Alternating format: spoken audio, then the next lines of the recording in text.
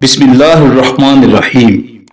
नाज़रीन कराम, आज की वीडियो में हम आपको बताएंगे एक चुगलखोर गुलाम का इबरतनाक वाकया।